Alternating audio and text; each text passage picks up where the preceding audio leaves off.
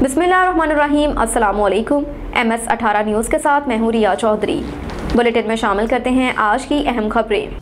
लाहौर से bureau chief Babar Naseem Bhatt की report के मुताबिक लाहौर में असीस भट्टी टाउन के बिल्डिंग ब्रांच में करोड़ों की करप्शन। पंजाब टीवी ने निगरान एंटी करप्शन और वज़ीर आला मोहसिन नकवी से भी इंसाफ का मुतालबा कर दिया। दर्जनों गैर कानूनी हाउसिंग स्कीमों, प्लाजों, मार्कियों, शादी हॉल्स, बैंक अकेडमी से स्कूल कॉलेजेस की तमीर से भत्ता वसूली शुरू कर क्लर्क मुनीर हीरो और अफजाल को बिल्डिंग इंस्पेक्टर शफकत बेग की मुकम्मल सरपरस्ती हासिल। नायब कासिदों समेत ZOR और MOPs भी लंबी दिहाड़ियां लगाने में मसरूफ। MOP लाहौर अमीन मुगल के हुकाम से क्लर्क मुनीर हीरो और अफजाल सेंटर गवर्नमेंट में तमीर गैर कानूनी तामीरात रिश्वत मांगने की रिकॉर्डिंग हासिल कर ली। मुनीर हीरो सर्वे गरीब आलम का नाम इस्तेमाल करके मालकान से लाखों रुपए ले उड़ा। 3 मंजिला गैर कानूनी तामीरात से फी लेंटर 50,000 रुपए रिश्वत वसूली की।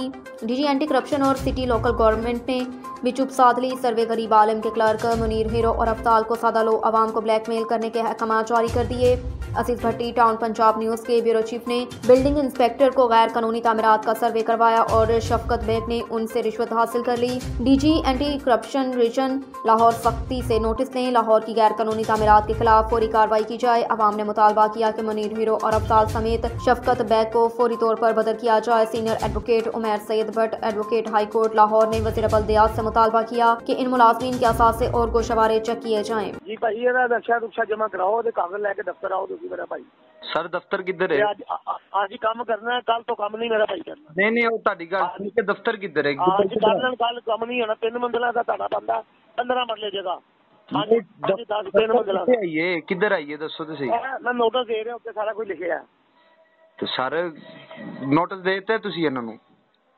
ਨਹੀਂ ਨੋਟਿਸ ਹਲੇ ਸਾਡੇ ਕੋਲ ਹੈ। ਦੇ ਦਿਓ, ਚਲੋ ਇਹਨਾਂ ਨੂੰ ਦੇ ਦਿਓ। ਭਾਈ ਇਹਦਾ ਨਕਸ਼ਾ 3 ਮੰजिला ਦਾ ਪਤਾ ਨਹੀਂ ਹੁਣ ਕਿਤੇ ਪੈਸੇ ਤੁਹਾਡੇ ਜਮਾ ਹੁੰਦੇ ਨੇ। 3 ਮੰजिला 15 ਮਰਲੇ ਬਣਦਾ, 40 ਬਣਨਾ, 50 ਬਣਨਾ, 20 ਬਣਨਾ, 30 ਬਣਨਾ। ਸਰ ਬਣਨਾ ਉੱਥੇ ਜਦੋਂ ਬਿੱਲ ਬਣਾਵਾਂਗੇ ਇਹਨਾਂ ਦਾ ਦੇਖੋ ਖਾਲੀ ਪਲਾਟ ਦੀ ਹੋਰ ਫੀਸ ਹੁੰਦੀ ਹੈ ਭਾਈ। ਹਾਂਜੀ ਤਾਂ 5 ਮਹੀਨੇ ਫਿਰ ਜੁਰਮਾਨੇ ਵੀ ਪੈਂਦੇ ਨੇ।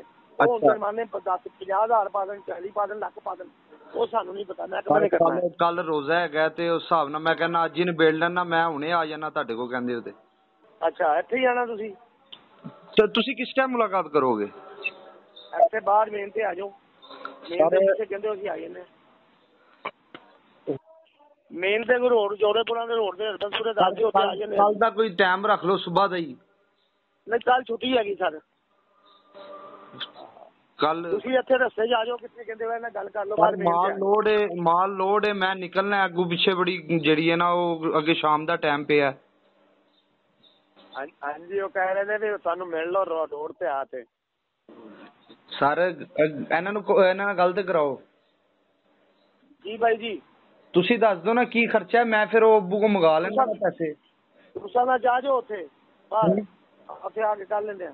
ਅੱਛਾ ਕਾਗਜ਼ ਲਈ ਜਾਣਾ ਨਾਲ, ਇਹ ਨੰਬਰ ਤੁਹਾਡਾ ਲਈ ਜਾਣਾ ਨਾਲ, ਰਜਿਸਟਰੀ ਲਈ ਜਾਣਾ ਇਹਦਾ, ਠੇਕੇਦਾਰ ਦਾ ਨੰਬਰ ਇਹ ਆਇਓ। ਅੱਛਾ ਤੇ ਨਾਂ ਕੀ ਦੱਸਿਆ ਸੀ ਆਪਣਾ?